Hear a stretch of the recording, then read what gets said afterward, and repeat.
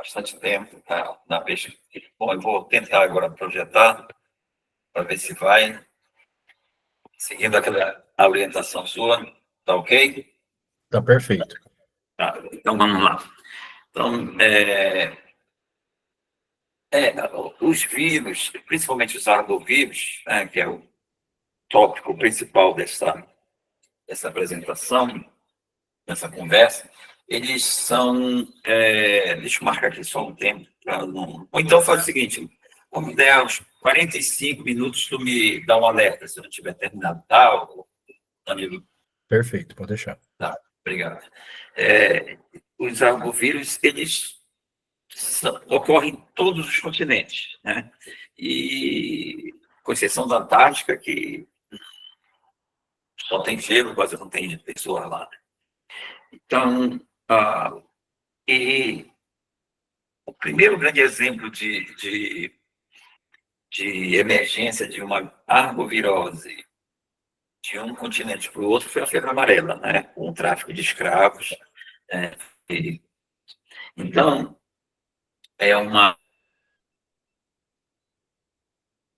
Mas, além da febre amarela, muitos outros vírus depois emergiram e passaram de um continente para outro. A gente cita o Zika, o dengue, o chikungunya, né, o West Nile, então, só para citar os arbovírus. Mas, começando esta palestra, eu queria... vou falar sobre esses 6 tópicos, eu não vou ler, a gente vai abordar cada um, tá, para falar deles. Então, primeiro, eu queria conceito que é aceito hoje no mundo sobre o que é um vírus emergente ou um vírus reemergente, né? Então, seriam os vírus novos que emergiram causando doença, ou alguns que tenham já sido caracterizados como causadores de doença, mas que reemergiram com o aumento da incidência, né? Ou que tem uma incidência mais ou menos estável e, de repente, aumentou pelo menos nas 2 últimas décadas, né? Ou que tem um risco de aumentá-la no futuro próximo, né? Então, vamos falar do primeiro item, que são as grandes epidemias no passado, resultaram em milhões, né, centenas de milhões de mortes que poderiam ter sido mitigadas. O grande exemplo que nós temos não é do arbovírus, né? É de um vírus, o vírus da influenza, né? A gripe espanhola causou a morte de aproximadamente de 40 a 100 milhões de pessoas, e afetando não apenas as pessoas idosas, sempre são muito mais suscetíveis, né? Mas também pessoas jovens, crianças e adultos, né? E possivelmente originou nos Estados Unidos, embora leve o nome de gripe espanhola, porque ela tornou-se, digamos, mundialmente conhecida pela grande epidemia na Espanha, né? No Brasil, dados oficiais falam em torno de 35 mil mortes, tá, no Brasil. E depois a influenza, ao longo do século XX, e mais recentemente com a gripe suína, tem causado grandes problemas em todos os continentes, tá?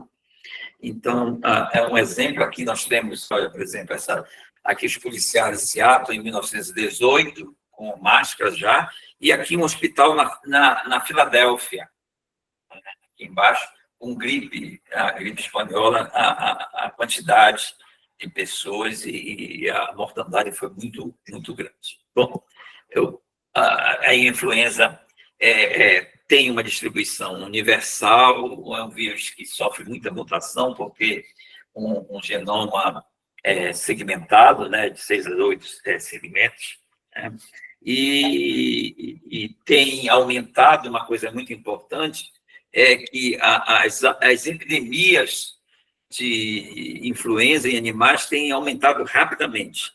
E também, aqui nesse gráfico aqui embaixo, em coluna, nós temos que muitas infecções de influenza estão sendo diagnosticadas de forma da influenza zoonótica, né? Tá bom? E, de forma global, a atividade tem voltado aos níveis pré-pandêmicos, ou seja, a sazonalidade dela é bem característica.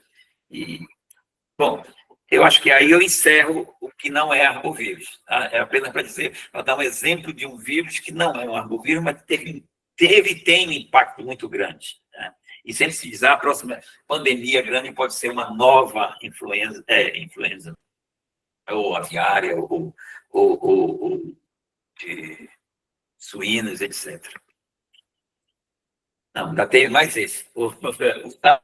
É um outro exemplo. Quase que nós erradicamos o sarampo, e agora ele voltou, e como vocês veem aqui, do Alasca, o Canadá, os Estados Unidos, a América Central, e o Brasil, a Argentina, com casos.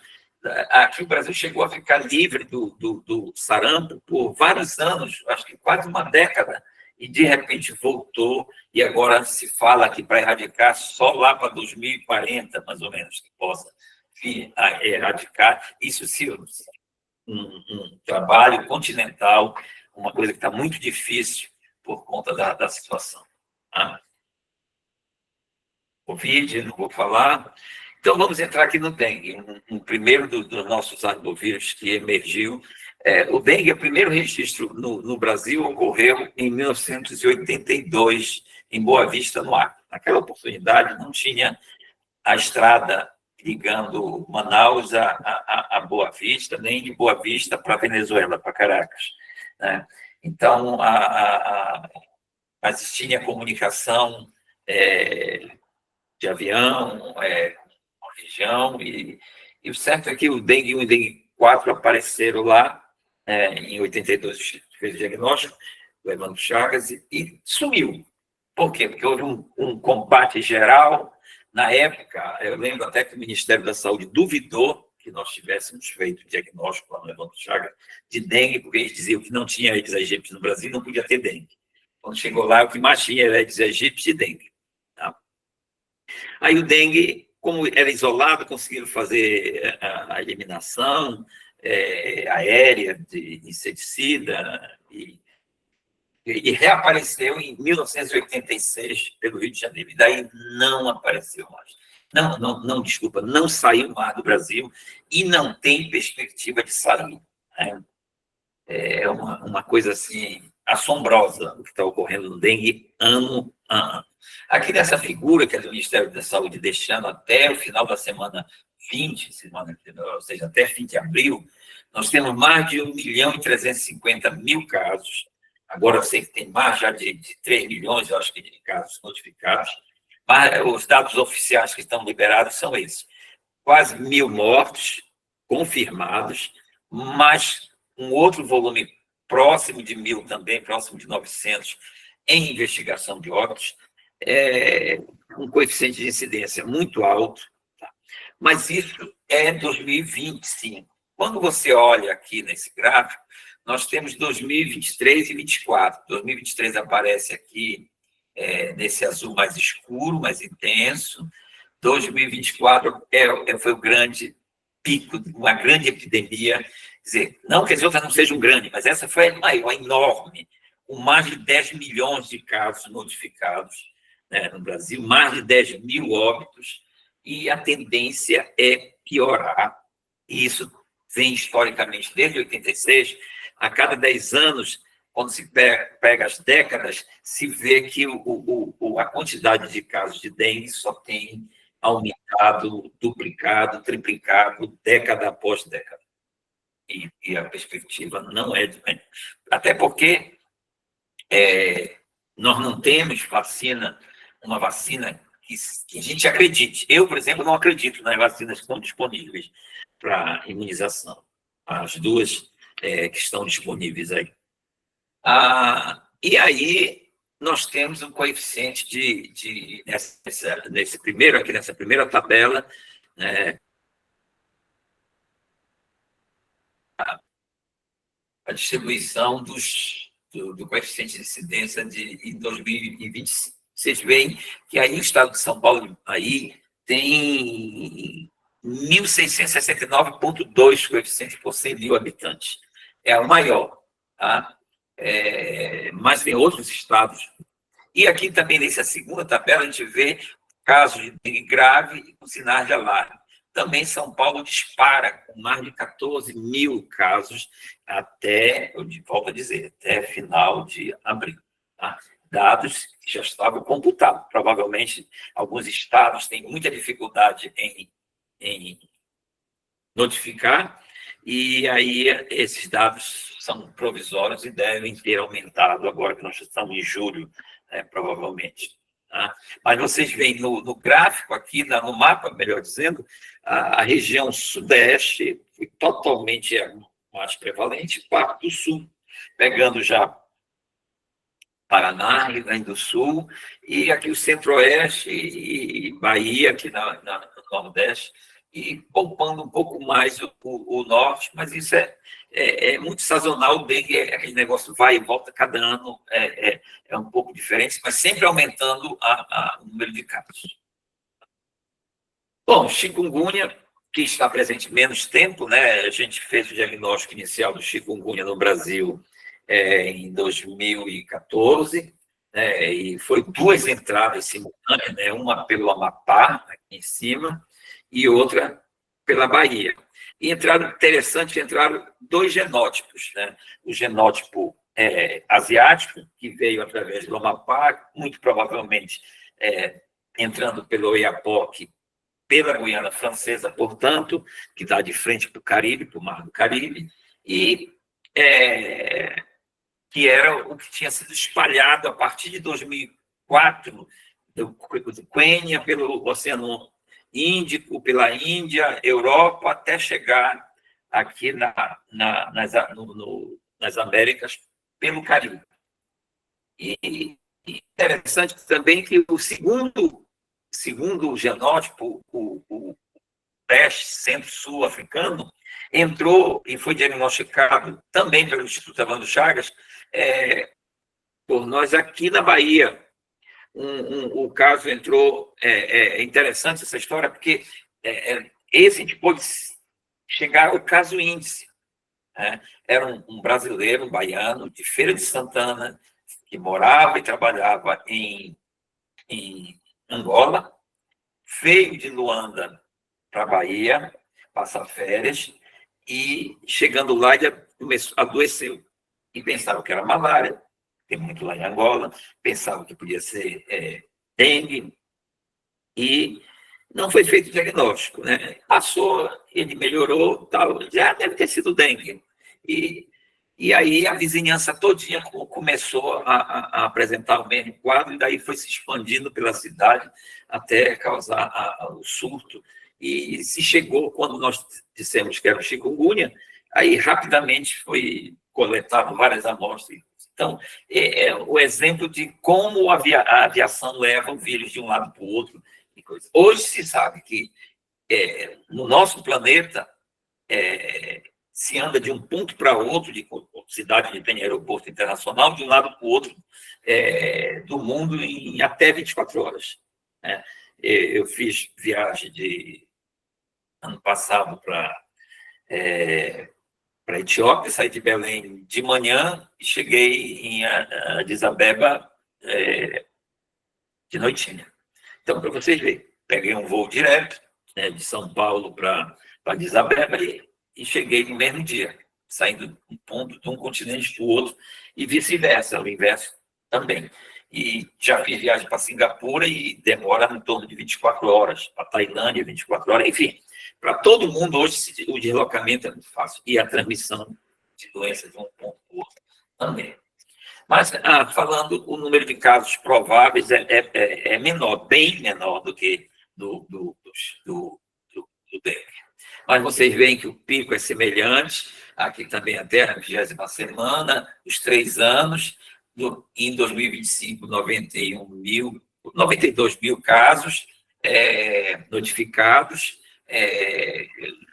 78 óbitos. Né? Vocês lembram que até essa disseminação, principalmente do genótipo africano, esse novo genótipo africano, centro, leste, sul africano, não tinha óbitos. eram muito raros óbitos por dengue, e de repente explodiu, né? O morte. Mas em 2024 também o número de casos. Agora, certamente, muitos casos são notificados como dengue, ou que não são notificados, quando são casos leves, muito provavelmente são chikungunya ou zika.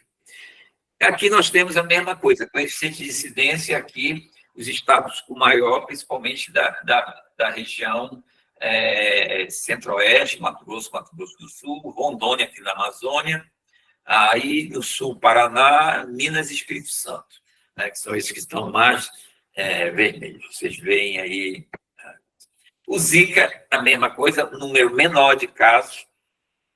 Também o Zika foi em introdução em 2013, né? A gente mostrou num artigo da Science sobre Zika, em 2015, que o vírus entrou, muito provavelmente, durante a Copa das Confederações pelo Recife e provavelmente pelo Campeonato Mundial de Canoagem no Rio de Janeiro. Então, houve duas introduções simultâneas do Zika, né? O Zika inicialmente foi diagnosticado pela Universidade Federal da Bahia e depois nós confirmamos e se disseminou e causou todo esse problema que, como se sabe, a história da microcefalia, né? Que a gente conseguiu demonstrar de forma original a partir de casos da Paraíba e do Ceará.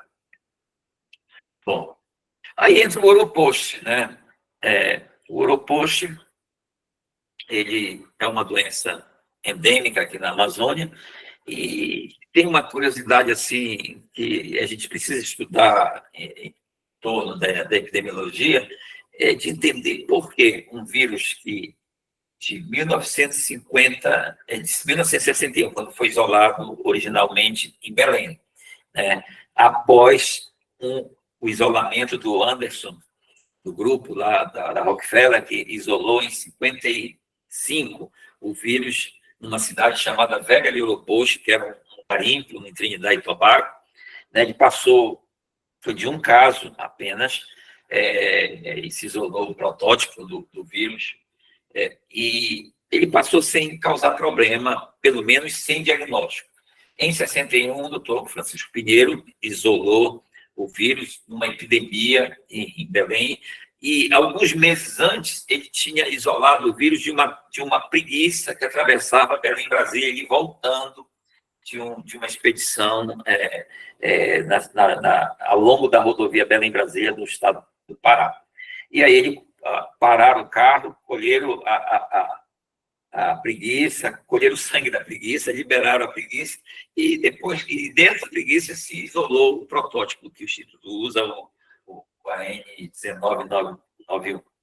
Então, ele ficou, esse vírus, sem causar problema, assim, fora do estado do Pará, fora da Amazônia,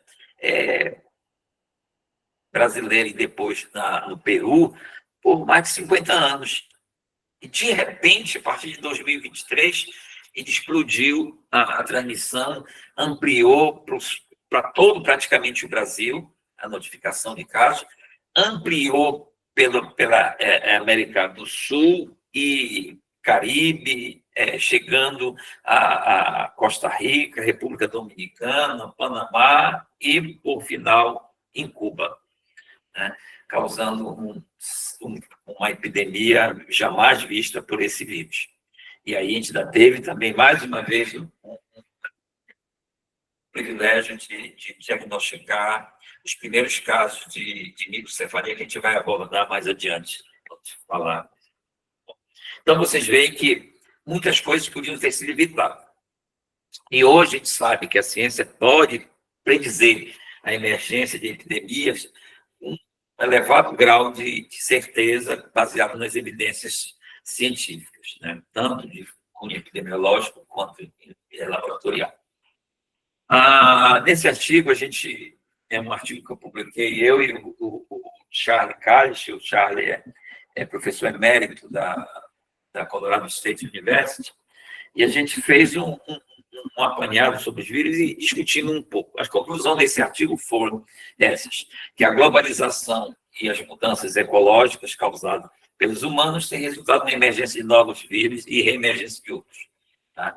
Que tem resultado em epidemia. E nos últimos 15 anos ocorreram emergência ou reemergência de diversos vírus que estão em estado aí. Eu destaquei os que ocorreram no Brasil: chikungunya, dengue, maiaro, oropoxo e zika. O Itaqui, que foi um vírus isolado aqui, originalmente pelo Instituto Adão Chagas, ele está ocorrendo em outros países aí do Caribe, mas não causando grande doença aqui no Brasil. E, por fim, a terceira e mais importante conclusão é que o impacto dessas epidemias causadas pelos arbovíroros tende a aumentar junto com os custos para combatê-las. Nós perdemos a guerra contra o Aedes aegypti, e aí o resultado é toda essa situação dessas grandes epidemias, o custo para o SUS é enorme, com hospitalização, e a gente, sem contar as perdas das vidas humanas, que não tem preço para as suas famílias, né, e às vezes para a sociedade. Então, é muito difícil.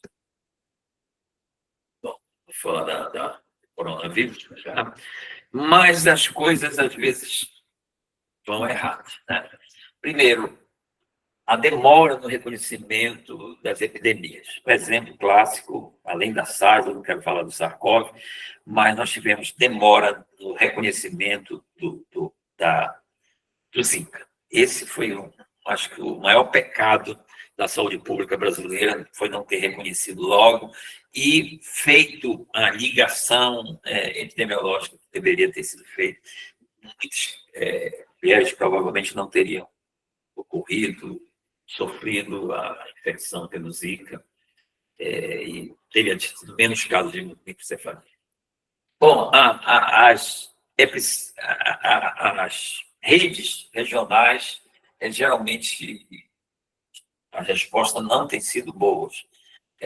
Às vezes, muita gente, ao mesmo tempo, faz as mesmas coisas, isso resulta em duplicação de atividades, e o que é pior, em gaps, né? Em lacunas que poderiam ser preenchidas se houvesse maior cooperação entre os diferentes níveis de estratos de saúde pública e entre as universidades, entre os institutos de pesquisa, entre os médicos, especialistas, cientistas, porque isso resulta no quê? Numa pobre resposta sob o ponto de vista de coordenação. Inadequado segmento, pouca sustentabilidade, incapacidade de preparar para uma resposta epidêmica. Então, essa situação. E o desafio é como conter a disseminação das epidemias internacionais. Isso, como a gente falou do tráfego aéreo, é praticamente impossível. Tá? Nós não dispomos de vacina para quase nenhum arbovírus. Então, como responder rapidamente e eficientemente aos países que pedem assistência, no caso aqui no Brasil, transportando isso para o Brasil, os estados que requerem assistência, tá? E como focar os recursos limitados para fazer. Só para ter uma ideia, eu tirei um slide que tenho sobre a quantidade de investimento no mundo em saúde e em pesquisa científica.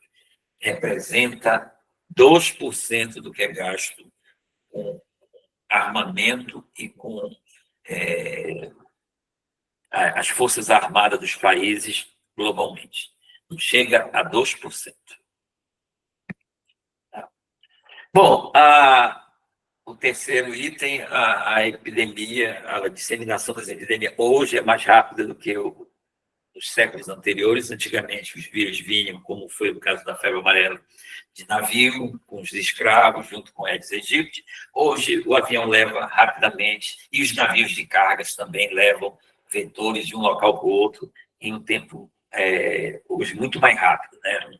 Uma viagem que, durante o tráfico de escravos, ou durante a colonização do Brasil, por exemplo, levava 3 meses para cruzar o Atlântico. Hoje, é feito em 10 dias, 15 dias, depende da capacidade do avião, do navio, e o avião é em 24 horas, né?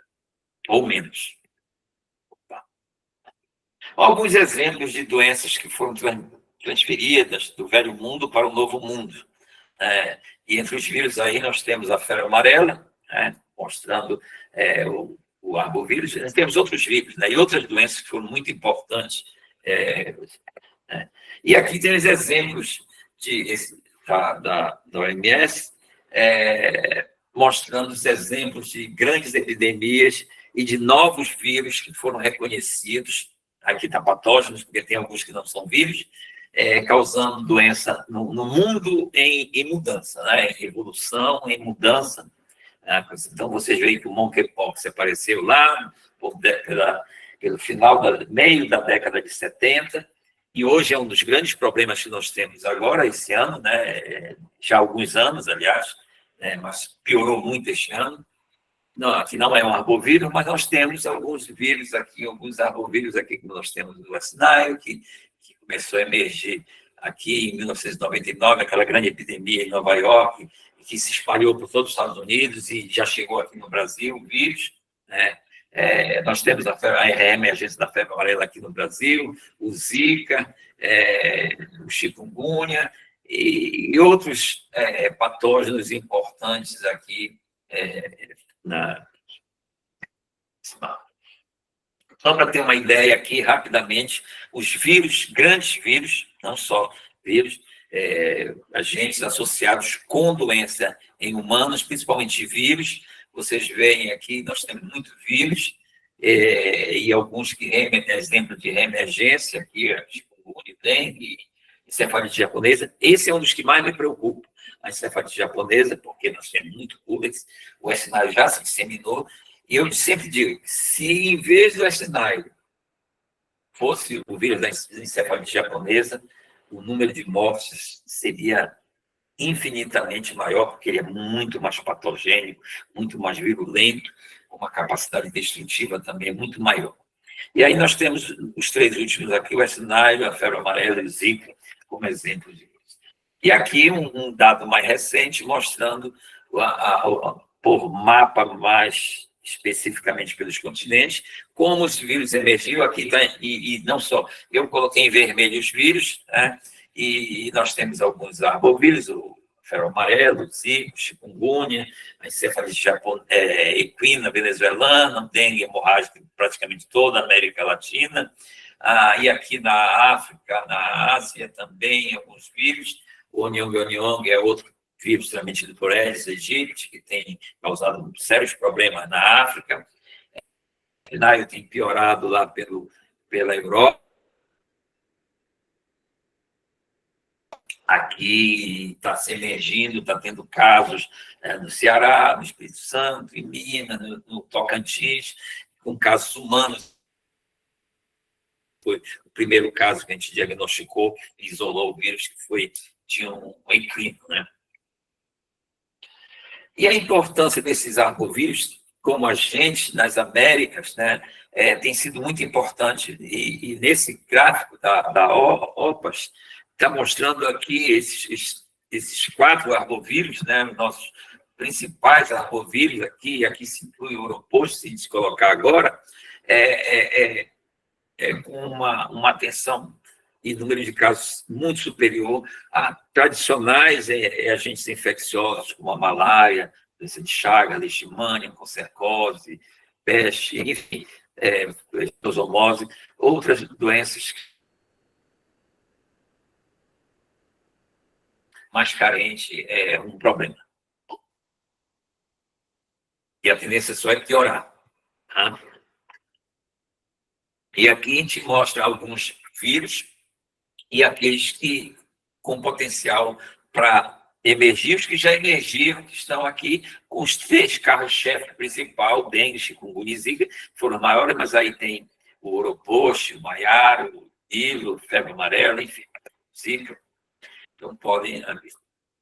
No 4º item, nós temos no Brasil diversos exemplos dessa situação, mas que não foram bem entendidas, eu acho que pelas agências governamentais, por excesso de burocracia, enfim, ou falha na prevenção dessas doenças. Aí eu vou falar um pouco das pesquisas de arbovírus aqui na Amazônia, né? O Instituto Evandro Chagas foi fundado em 1954, fruto de um convênio entre a Fundação Rockefeller e o Instituto Evandro Chagas, dentro de um acordo maior Brasil e Estados Unidos, né, entre os governos do Brasil e dos Estados Unidos. Foi montado o laboratório de arbovírus do Instituto Evandro Chagas, que é o laboratório de referência nacional, um centro colaborador da Organização Mundial de Saúde, e que, durante muito tempo, tem trabalhado ano passado inteirou 70 anos, né? 70 anos de trabalho com arbovírus, e o Instituto, para o ano inteiro, 90 anos como um todo, né? Quando Evandro Chagas esteve aqui fazendo a inauguração do Instituto, que após sua morte levou seu nome. E esses arbovírus, então, de 54 até cá, mais de 20 mil cepas isoladas, diferentes, 220 diferentes tipos, a maioria isolados são vírus novos para o Brasil, a maioria desses são novos para o mundo, tem associados com doenças, 26, causando epidemias que estão todos aí, e alguns causando na Amazônia, e 2 que têm causado surtos pequenos aí em São Paulo, Rocio, o encefalite de Santos Luz, por causa. Aqui está a distribuição do mapa por estado onde esses vírus foram isolados aqui na Amazônia. Vocês veem que a maioria no estado do Pará, não é porque o Pará tenha mais vírus, mas é uma questão logística do Instituto está aqui em Belém, na região metropolitana de Belém, e os chamados projetos de desenvolvimento ocorreram inicialmente no Pará, dentro da Amazônia, no Pará, com a abertura das estradas da Belém-Brasília, Transamazônica, Santarém, Cuiabá, enfim, a exploração de minérios em diversas áreas, as hidrelétricas, as 2 maiores hidrelétricas completamente nacionais estão no estado do Pará, Tucuruí e Belo Monte. E assim, mas onde o Instituto tem realizado estudos, tem isolado vírus novos, como veio no Acre, em Rondônia, Mato Grosso, Goiás, no Amapá, Roraima, Amazonas, e o Zika, que foi o original, que a gente isolou no Ceará. Aí, as síndromes causadas pelos arbovírus, né? Hoje se sabe, tem agora 5 síndromes. Não tinha a doença congênita, que apareceu com o Zika e com o Oropouche, agora, ampliando, portanto, a gente tem que estar atento de que os arbovírus podem, sim, ser transmitidos durante a gestação, e é um mecanismo que causa doença severa, grave, na criança, no neonato, né? No feto ou no neonato, né? E que tem repercussões para o resto da vida naquelas famílias e para a criança. Tá? A maioria dos arbovírus causa doença febril, e um grupo menor desenvolve febril com rash cutâneo, né? Aí inclui maiaro, chikungunya, os dengue, o zika. Alguns causam encefalite, né? Tive diversos grupos aqui, já está um pouco defasado esse slide, né? Eu preciso atualizar os gêneros, por exemplo, aqui agora já está ortoflavivírus, enfim, a taxonomia fica mudando, né? Então, em vermelho estão aqueles que têm causado doença aqui na Amazônia, viu? E no Brasil, de modo geral, tá? Com maior intensidade. E as febres hemorrágicas, né, envolve principalmente o dengue, a febre amarela, os casos de Zika, e a doença congênita, como a gente já falou, o Zika e o Oropouche. A distribuição por famílias, vocês veem, a maioria são boniavírus, que agora é periboniavirida, né? Tem que atualizar também isso aqui. Enfim. E o dengue, voltando para falar mais especificamente, o dengue é a maior pandemia que nós temos hoje no mundo, né? Porque é uma pandemia, o SARS-CoV praticamente diminuiu de forma importante, mas o dengue ocorre em torno de 400 milhões de infecções todo ano, né? E com dessas, em torno de 90 milhões são infecções sintomáticas, ou seja, é doença. Dessas, 1 milhão de pessoas, em média, anualmente são internadas, dengue grave, dengue severa. E destes, entre 25 e 50 mil mortes ocorrem anualmente.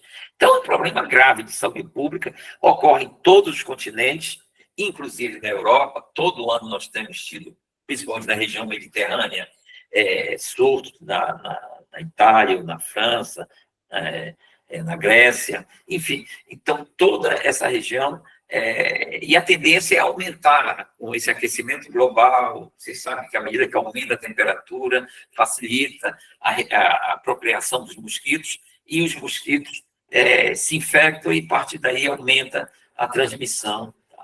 Então, ocorre em mais de 100 países, hoje é mais de 110 países que notificam anualmente dengue, e a população do mundo, praticamente a metade, está sob risco, e aumentando isso. Nós temos hoje a população mundial estimada em quase 8 bilhões e meio de pessoas.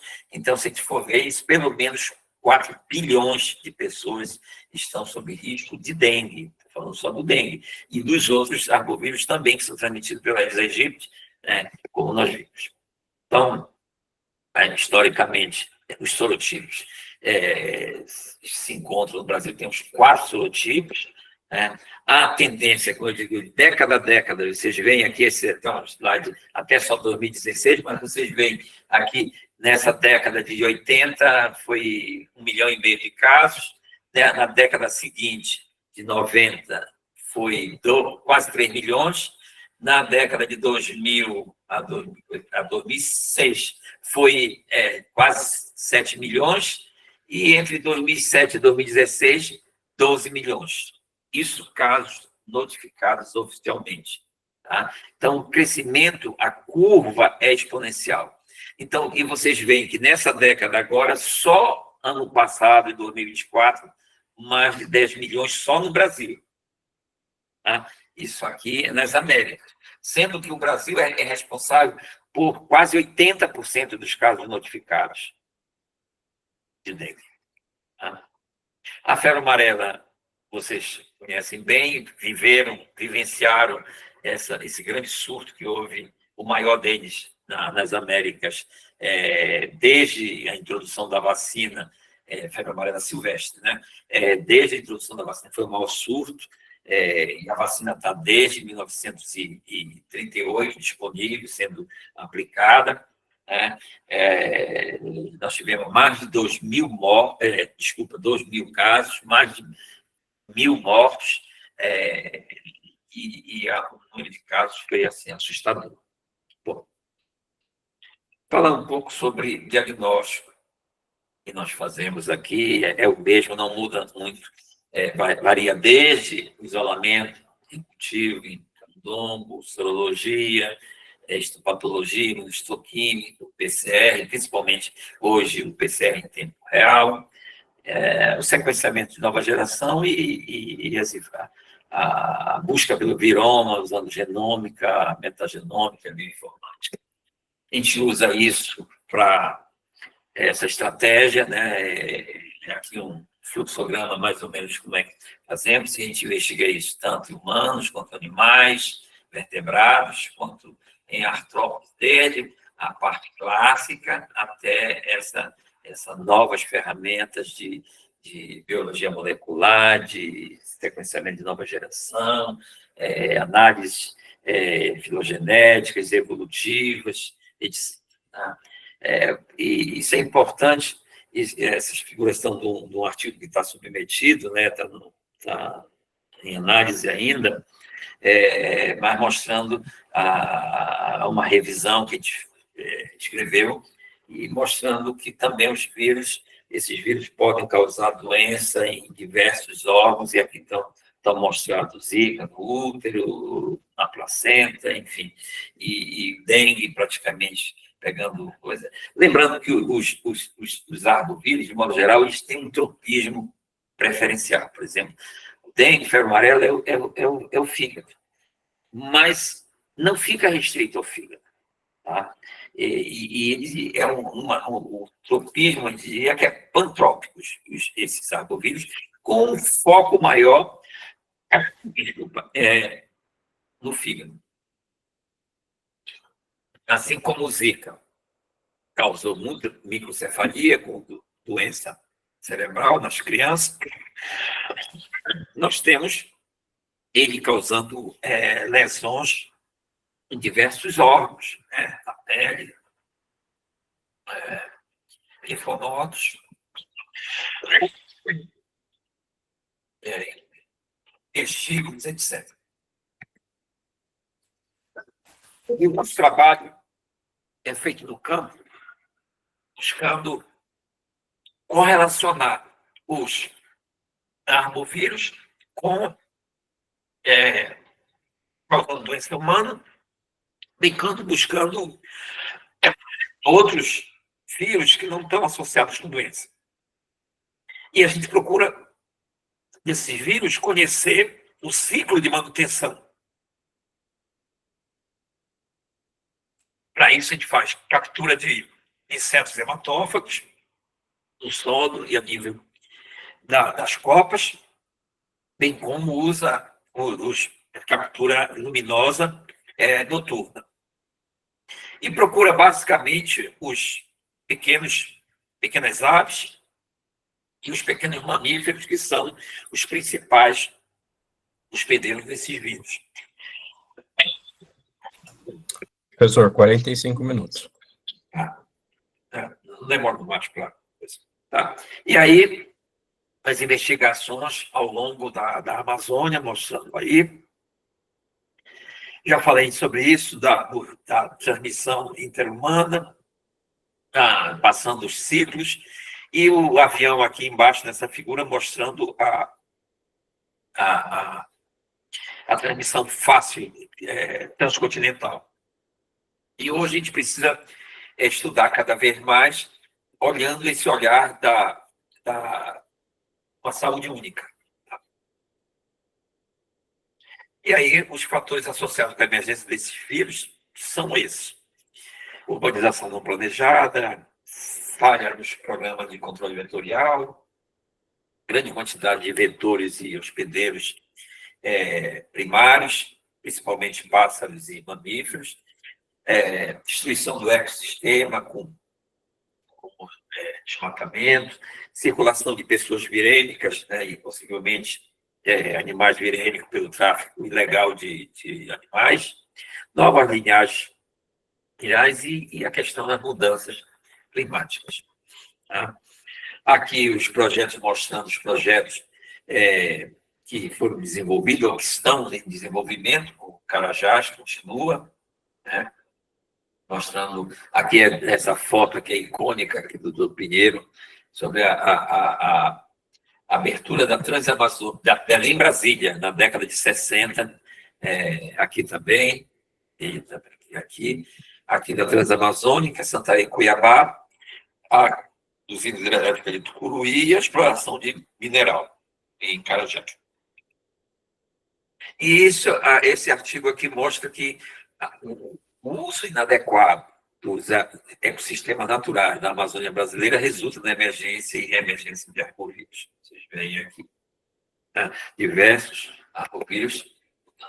Falar um pouquinho sobre Carajás. Carajás é uma área que foi descoberta na década de 60 por esse geólogo Breno dos Santos, da Vale do Rio Doce, na época era do governo, e a gente, desde o final da década de 70, iniciou o início das obras do projeto Carajás, e o Instituto começou a fazer estudos, e até hoje faz estudo lá, nessas 4 áreas, onde tem 4 minas, né, Serra dos Carajás, em Paraupebas, Serra Pelada, em Curionópolis, esse projeto do S11D, em Canaã dos Carajás, e o projeto Salobo, em Marabá.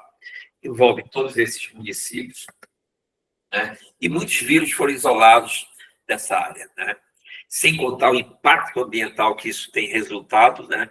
As áreas, por exemplo, se um dia romper essas bacias de dejetos da coisa, muitas dessas cidades vão desaparecer vai aparecer, e Brumadinho e Mariana foi coisa leve, porque são gigantescas essas áreas.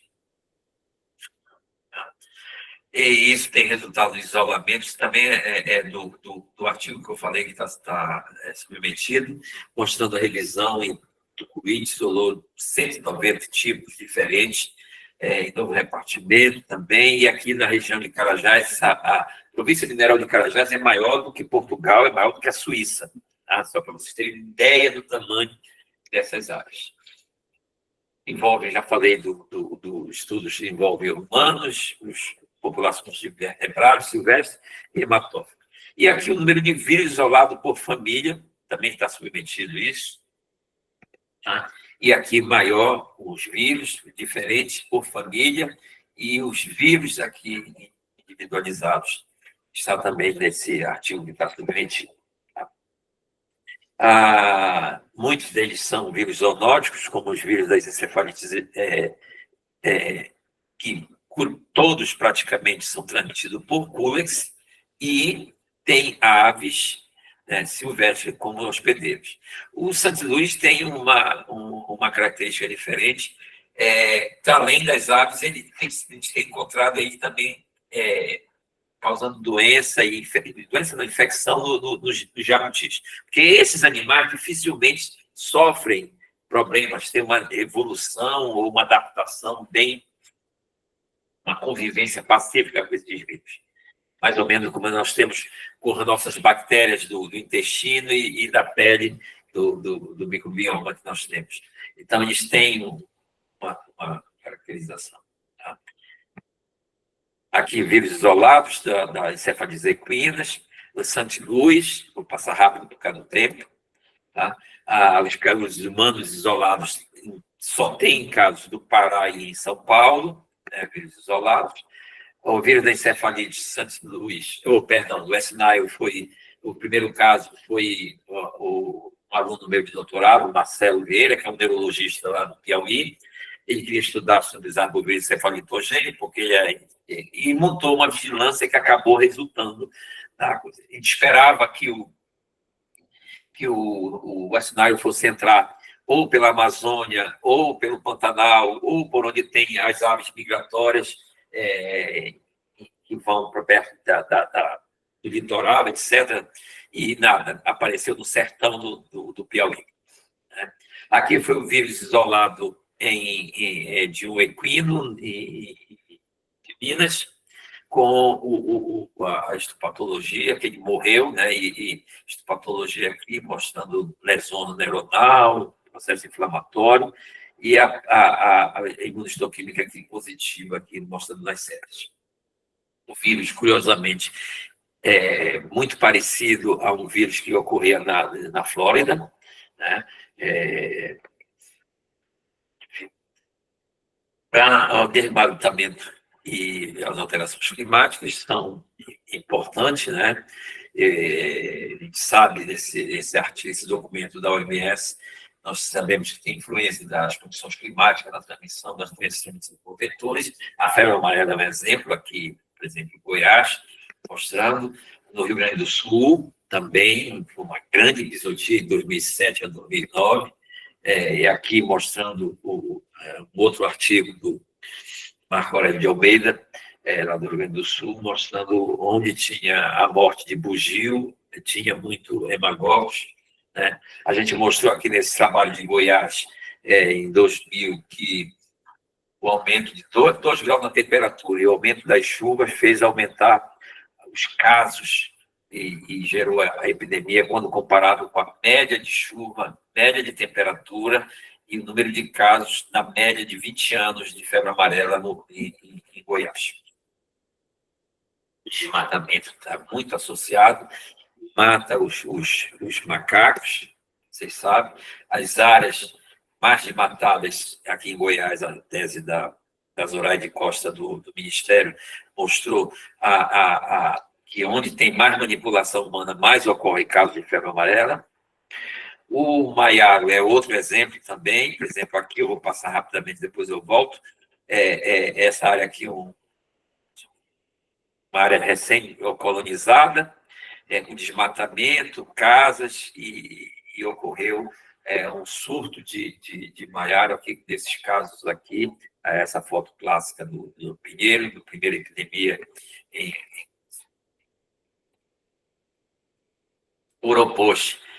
Outro problema que foi maior. Como eu disse, o vírus era restrito praticamente ao Pará, até entre 61 e 80 só tinha notificado o caso aqui no Pará. Se expandiu depois para outras áreas da Amazônia, para outros países, e atualmente tem todo esse problema. Ele causa, além da febre clássica, a meningoencefalite clássica, descrita inicialmente pelo Pinheiro. Depois a gente fez a parte molecular, são 4 genótipos. Aqui que os vírus, aqui nesse relógio molecular mostrou que os genótipos são bem caracterizados e eles fazem a troca dos genótipos quando sequencia o RNA menor, ele é de um tipo, quando sequencia o segundo, muda completamente, o genótipo 1, genótipo 2, genótipo 3, eles vão mudando por conta de rearranjos.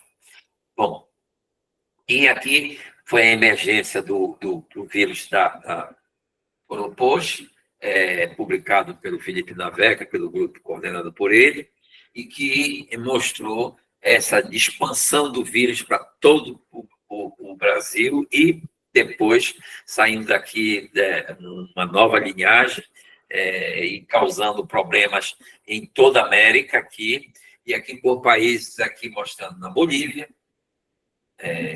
aqui no Brasil, tá?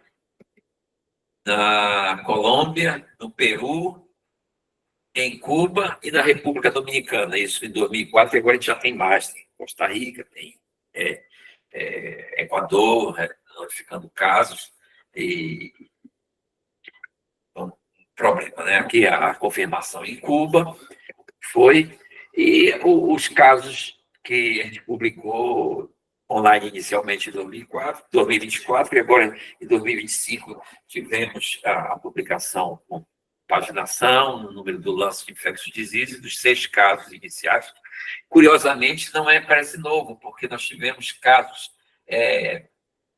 de 2000, de microcefalia da época do Zika, que não era Zika, e a gente não investigou outra coisa. Quando a gente começou a detectar esses primeiros casos, aqui em 2024, a gente começou a buscar atrás e se encontrou 4 casos que eram passados. Então, o vírus causa lesões em praticamente todos os órgãos. Vocês veem aqui no cérebro, e a imunistoquímica, e a necrose, processo inflamatório, inflamação das meninges, nos pulmões, no coração, né, no fígado, nos rins, e a imunistoquímica aqui também neles, e no baço foi o único que nós não detectou a imunistoquímica. Né? Este ano a gente publicou mais esses na Viruses, 2 artigos, esse lá dos casos do Acre, mostrando a microcefalia, casos graves, foram publicados esse ano, em fevereiro. Né? Enfim, para concluir, nós temos desafios hoje, enfrentar a crise assim que elas emergem, né? Buscar resolver localmente, né? Com perspectivas locais, porque é importante, o Brasil tem expertise hoje para qualquer região nós temos pessoas. E a colaboração, isso tem que ser compartimentalizado, a expertise para facilitar. Tá? Concluindo, né, a emergência e reemergência de doenças não são novas, mas hoje elas se disseminam muito rapidamente e de forma muito mais rápida também, de forma mais ampla. Tá? Elas geralmente surgem durante complexos circunstâncias políticas, econômicas e ambientais também. O controle delas necessitam de novas abordagens com determinação e vigilância em todos os níveis. Então, a cooperação é muito importante, né? A gente já falou sobre também que nós temos uns recursos muito limitados para combater as epidemias. A chave do sucesso, eu acho que é a boas práticas em saúde pública, o comprometimento e o compromisso das pessoas políticas e tomadoras de decisão, né? Um esforço global, no caso nacional, para isso, e a parceria. As conclusões, mais ou menos, sobre da Amazônia, então, seria que nós temos a maior diversidade do planeta, a floresta que precisa ser conservada no mundo todo, representa 55% da população do território brasileiro e pouco mais de 15% da população. Tá? Mas é um frágil ecossistema. Tá? E qualquer alteração, isso a gente mostrou, que se for desfavorável aos vírus, eles vão desaparecer e a gente não vai nem conhecer esses vírus. Se forem favoráveis, eles vão se adaptar a novas áreas e vão a novos hospedeiros e vetores e vão causar epidemias, como a gente viu com o Opos, certamente foi o que ocorreu, né? O risco de emergência de novos vírus na Amazônia é alto, tá? Por todas essas causas que a gente relatou e estão escritas aqui. A vigilância para a detecção e caracterização de novos vírus emergentes é essencial para obter informação desses vírus, fazer estudos experimentais para saber o tropismo desses vírus, se podem ter potencial para causar doença ou não. E ambas, a parte sorológica e molecular, são importantes abordagens para fazer os estudos sobre vigilância e combatê-las. Tá? E hoje, mais a gente dispõe do Viroma para todas essas ferramentas hoje novas de bioinformática, né? São importantes para os diversos estudos evolutivos e temporais. Tá? Por fim, eu trago aqui esse slide dizendo que isso, há 2.000 anos, esse filósofo disse que sempre há alguma coisa nova vindo da África. Eu diria isso para que a gente pode dizer isso mesmo também da Amazônia, guardadas as devidas proporções. E finalizo com o nosso mestre, do Tadeu, do Dito, nosso e de muitos outros virologistas, o Dr. Schopp, que faleceu em 2004, que um artigo que ele publicou, eu observo assim, né, que ele disse sabiamente que é seguro, é certo dizer que muitos dos vírus emergentes, das doenças emergentes conhecidas, né, de arbovírus, seguiram modificações ecológicas. É ingênuo pensar que nós, humanos, não vamos parar de construir cidades, lagos reservatórios, ou parar de entrar e destruir as florestas, né? E isso a gente está vivenciando aqui na Amazônia, no Brasil como um todo. Entretanto, nós podemos aprender mais sobre os riscos e como manusear esse risco. E nós devemos continuar a apoiar as investigações ambientais e de saúde e começar a acreditar, isso que é mais importante, começar a acreditar nas nossas predições cientificamente baseadas e agir sobre elas, que é o que complementaria.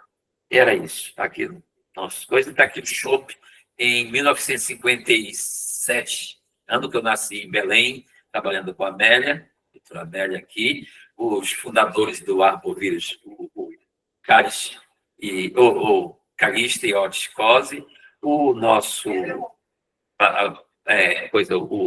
o Evandro Chagas, a atual diretora do Instituto Lívia Martins, que é do Europos, do arbovírus, a Lívia Cassebe, atual chefe, o grupo aqui, e a doutora Amélia aqui, com a Calixto, a Cosi, infelizmente todos aqui estão falecidos, ela foi a última, o Schopp está aqui. Agradeço aos nossos financiadores, diversas coisas, e a atenção de vocês. Muito obrigado. Muito obrigado, professor. A gente que agradece o prazer de ter uma palestra sua aqui. Ô, pessoal, pode levantar a mão se alguém quiser fazer alguma pergunta. Tem uma pergunta da Rafaela. Ela fala que, levando em conta o que o senhor comentou sobre a limitação das vacinas atuais contra a dengue, quais características o senhor acredita que seriam essenciais em uma vacina realmente eficaz contra arboviroses, pensando tanto em segurança quanto em resposta imunoprotetora e duradoura? Olha, o exemplo clássico é a vacina da febre amarela, né? É uma vacina praticamente inócua, né? Nós descrevemos os primeiros casos de doença viscerotrópica pós-vacinal em 2001, mas é mínimo o risco, né? E eu diria que, então, deixa eu só colocar para carregar aqui. A vacina ideal teria que seguir mais ou menos essa padrão. Claro que a gente não vai fazer como é hoje, a vacina artesanal de febre amarela, que se pode dizer, com todas essas. Mas a vacina ideal, ela tem que ser, por exemplo, para a dengue, ela tem que ser, primeiro, ela tem que ser eficaz contra os 4 serotipos, que é esse o problema que eu não acredito na vacina. Porque uma tem que é boa contra 2 serotipos, mas é razoável para mal contra um, e contra o outro é péssima. E assim a outra é o contrário, também é o mesmo problema. Então, até numa reunião da OMS, os fabricantes dessas 2 vacinas de dengue brincaram assim. Eles disseram, não, mas aí a gente pode fazer assim, vacina primeiro com uma, depois vacina com a outra. Parece brincadeira, né? Ou seja, não serve, não dá. Então, elas têm que ser tetravalentes e eficazes contra os 4 serotipos, no mínimo 80%. Né? E, idealmente, acima de 90% a 95%. Com as técnicas hoje de RNA e VLP e quimérica, né, se acredita que possa ter uma vacina, um desenvolvimento. Acho que está faltando um time exato nas concentrações virais, na formulação. Porque quando pega individualmente essas vacinas, e os estudos de fase 1, 2, e inicial da fase 3 também, e pré-clínico, mostra excelente. Mas quando mistura o negócio, parece que há uma interferência que atrapalha e não há. Para os outros vírus, é mais fácil, porque eles são um único sorotipo. Mas aí o dengue é a prioridade, porque é a maior pandemia que nós temos hoje circulando no mundo, como a gente mostrou. Então, é preciso uma vacina tetravalente que seja, qualquer que seja a abordagem utilizada, né, seja de RNA, seja de VLP, seja de DNA recombinante, seja quimérica, é preciso que ela tenha eficácia de, no mínimo, de 80%, 85% a 90% ou mais. Perfeito. Okay? Professor Eurico, pode Oi, fazer a Eurico. pergunta. Pedro, eu ia perguntar justamente sobre esse assunto que você acabou de abordar, mas eu queria pedir para você, para expandir um pouquinho mais sobre essa questão da vacina, considerando que estudos mostram que a complicação maior de dengue hemorrágicas induzidas por ADE seria segundo o que eu sei, posso estar falando besteira, você me corrige, seria na terceira exposição e não na segunda, e que dengue 4 praticamente não circula ou circula muito pouco. Você teria algum reparo a fazer do tipo assim, pode ser que a vacina seja útil em alguma circunstância, ou você acha que temos que fazer outra mesmo? Eu acho que o resumo da ópera para mim é que tem que fazer outra. Mas, respondendo a tua pergunta, bom, primeira coisa que a gente tem a considerar é que o dengue hemorrágico, ele pode ocorrer desde da prima infecção. No Ceará, eu vi isso, quando a gente estudou lá em 96, 95, 96, os casos lá da epidemia.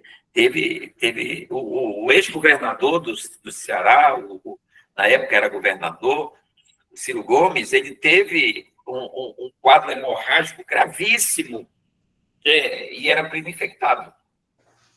Era uma prima infecção, foi quando entrou logo, entendeu? E tiveram a morte, teve uma filha de um médico, né, que morreu com 15 anos, quadro hemorrágico grave, e a menina foi isolada do vírus com dengue 2, sem nenhum problema, sem anticorpo para outro sorotipo, né, e outro vírus, entendeu? Então, ela pode ocorrer. Agora, claro que parece que o ADE é muito mais frequente na reinfecção, e pode ser na terceira infecção. Eu não sei se na terceira infecção é mais severo ou mais grave, e mais frequente do que na infecção secundária.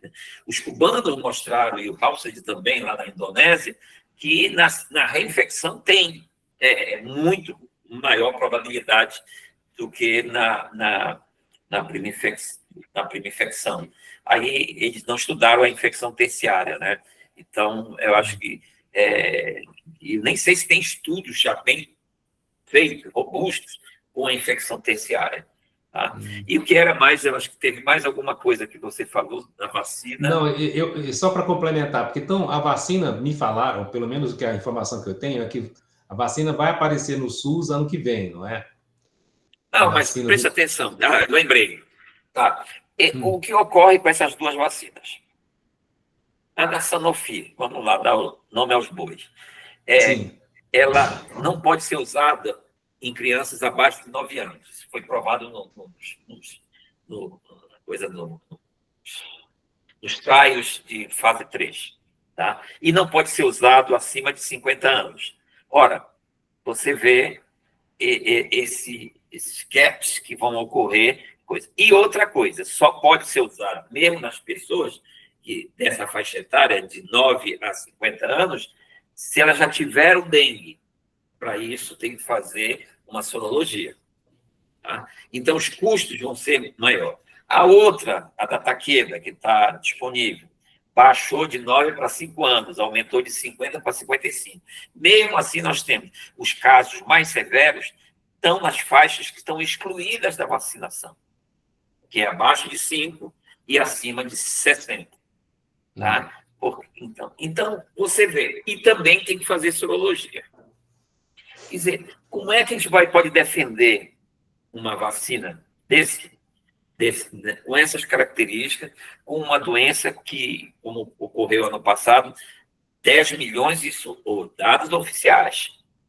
Se a gente considerar que a OMS considera que para cada um caso notificado nós temos 10, eu não chegaria a 10, mas digamos que chegue assim, nós tivemos 50 milhões de casos de infecções. Não casos de infecção no Brasil. É algo impensável, imensurável. E dispor de uma vacina que não vai... Ela pode induzir, inclusive, se você não fizer, como ela não protege contra alguns sorotipos, principalmente o 2, uma, e o 3 e o 4 na outra, é muito ruim. Então, eu não fiz parte do comitê de vacina para flavivírus da OMS, e eu sempre fui contra a aprovação dessa vacina. Mas, entendido. Voto vencido, né? Mas eles estão pagando caro. A Sanofi está sendo processada na Filipinas, na Tailândia, na Indonésia, por causa dos casos que ocorreram após vacinação. Logo quando foram introduzidas a vacina, né, teve problemas e as pessoas foram condenadas, presas, tem uma confusão danada, né? E eles respondem por processo, teve problema de indenização, quer dizer, uma série de coisas por conta de usar essa vacina e ela causar problemas, né, facilitando até o ADE para as infecções naturais depois. Obrigado, Pedro. Nada.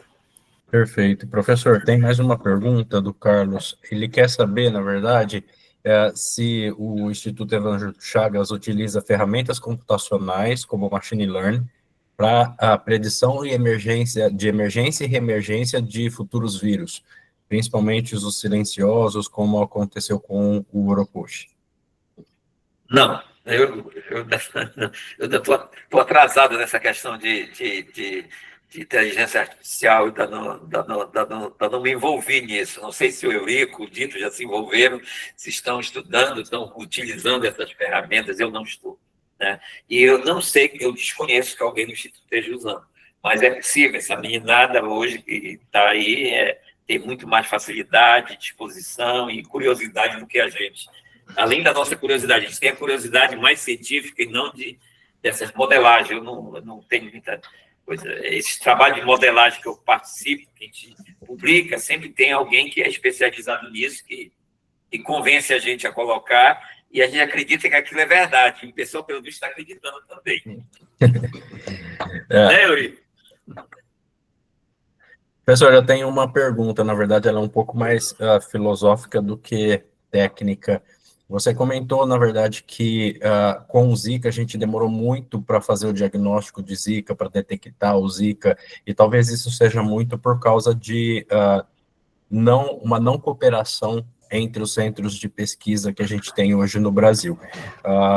Como que o senhor vê uma mudança nesse cenário? Porque eu vejo muito disso, que a gente não tem uma cooperação, uma conversa entre os centros de pesquisa e os pesquisadores do Brasil muito grande, mas eu não vejo como mudar um pouco esse cenário.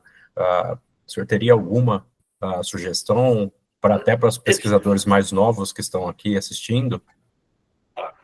Deixa eu falar. Eu dei o exemplo do Zika, mas existem outros. Mas o do Zika foi muito impactante para mim. Eu acho que para todo mundo, de modo geral, que faz ciência, e muito mais para as famílias que tiveram envolvimento. Por quê? Começaram aquelas teorias conspiratórias. Quando começaram a ocorrer os primeiros casos, né, a gente, sem ter, disse, olha, dengue não causa isso, nunca causou, então não é dengue. Chikungunya não causou, não pode ser. Febre amarela não tem. Pode ser um outro vírus? Pode. Mas o vírus que mais entrou foi o Zika. Não, mas não tem evidência. Aí começaram a surgir e pessoas dizendo que não concordavam, que era uma vacina que tinha sido usada, que era vencida. Outros começaram a defender que tinha mudado inseticida e que tinha sido utilizado lá, iniciando em Pernambuco, depois se espalhou pelo Nordeste, um inseticida que... Enfim, então se levou muito tempo discutindo isso e a gente pedindo material. Eu disse, olha, eu até me lembro que um pouco antes, final de outubro, foi início de novembro, em 2015, quando estava já muitos casos, tinha virado uma verdadeira emergência de saúde pública no Brasil, nós reunimos em Brasília, num hotel, lá o ministro e muita gente, e a confusão, ninguém se entendia, ninguém dispunha de material, ou se tinha, estava calado, não queria fazer.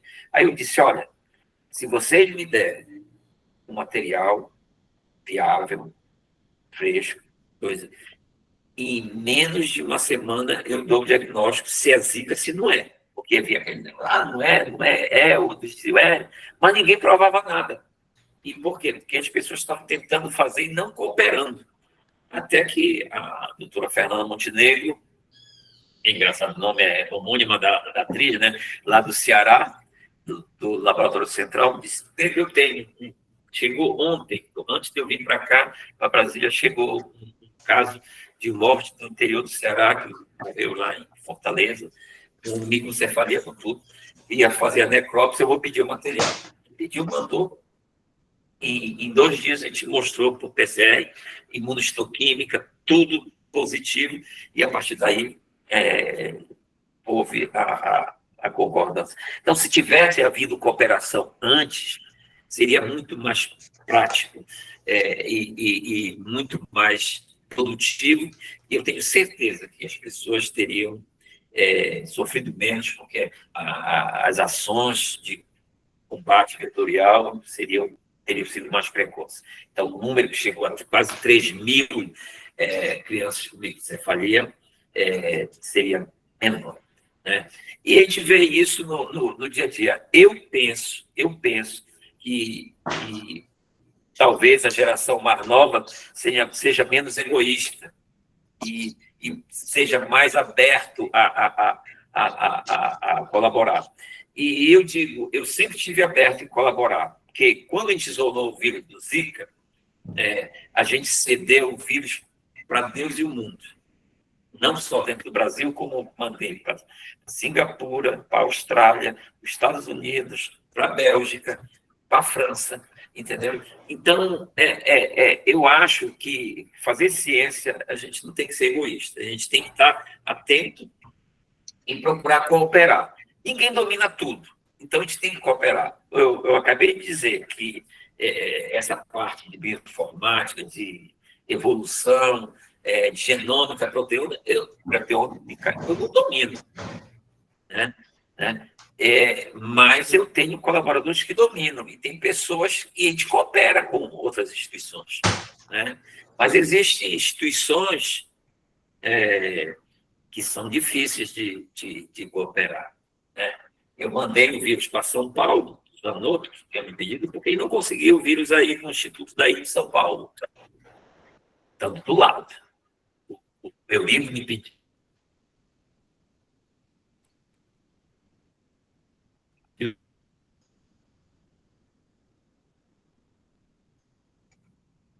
Vocês não vão cooperar. Não, porque nosso laboratório de saúde pública aqui não quer cooperar, não coopera. Então, eu acho que é uma questão de cabeça das pessoas e de pensar antes do seu paper, pensar na saúde pública e nos benefícios para a população, e não agir de forma, eu diria, meio egoísta. Com certeza, obrigado. Pedro tem uma pergunta, pode fazer, Pedro. Danilo, desculpa só interromper, eu tenho que sair. Eu só queria dar tchau para o Pedro e agradecer pela palestra, foi excelente, Pedro. Foi Obrigado. Realmente de primeira linha.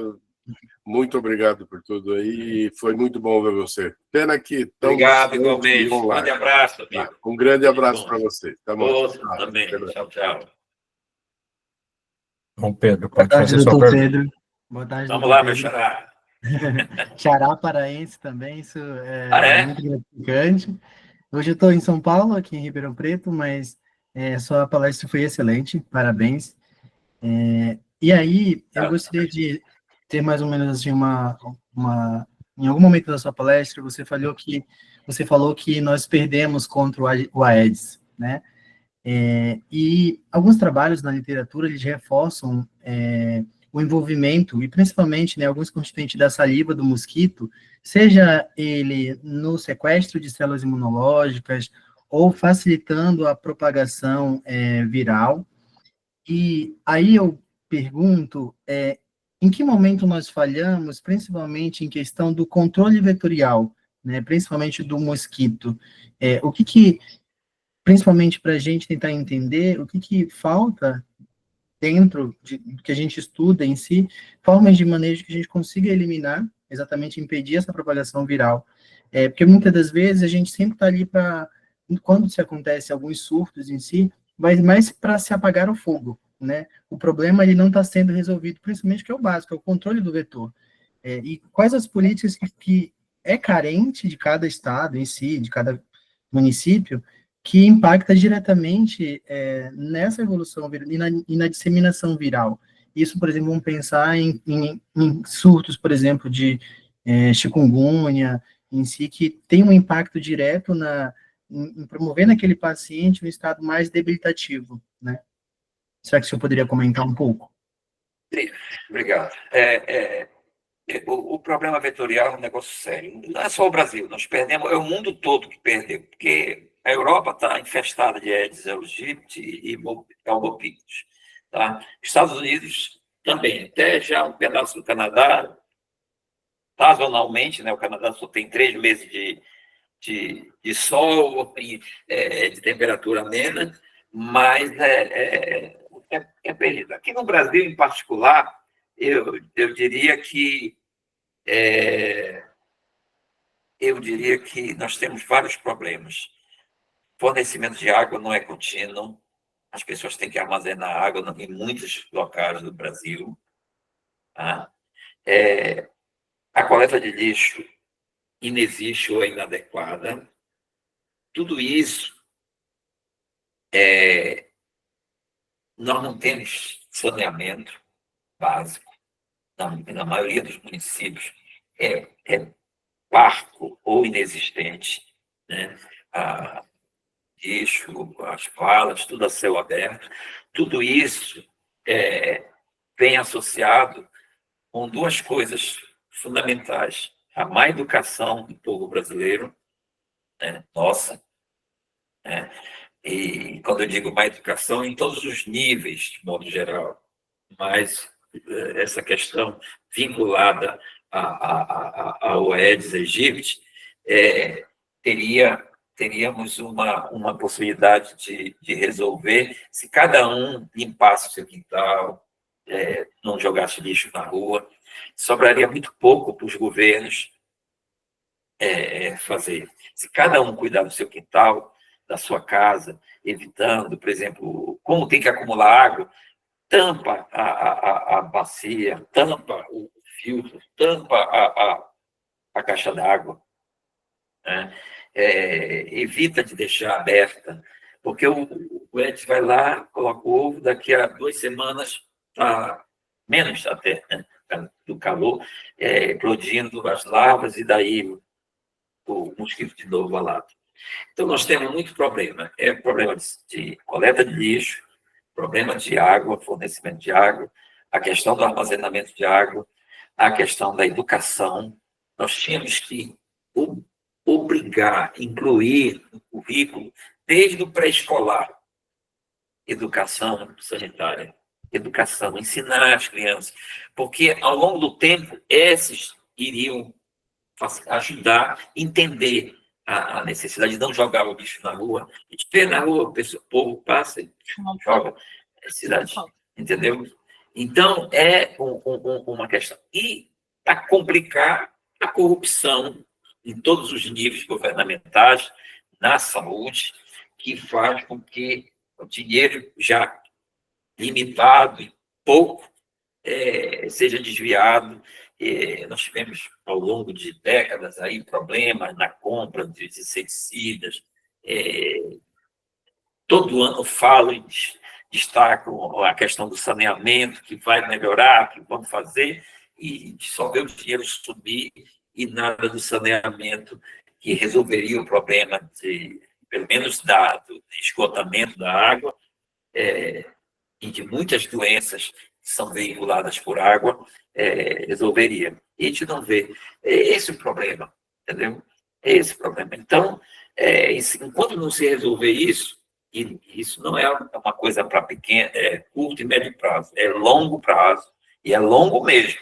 Teria que ter pelo menos 10, 15 ou 20 anos para tentar resolver, não, minimizar o problema do controle vetorial. Que não existe controle. Existe um programa de controle vetorial que é indecente, imoral, no Ministério e na Secretaria de Saúde, porque não funciona. Se funcionasse, não teríamos aumento todo ano de casos de dengue, e na situação do ano passado, que é um negócio escandaloso.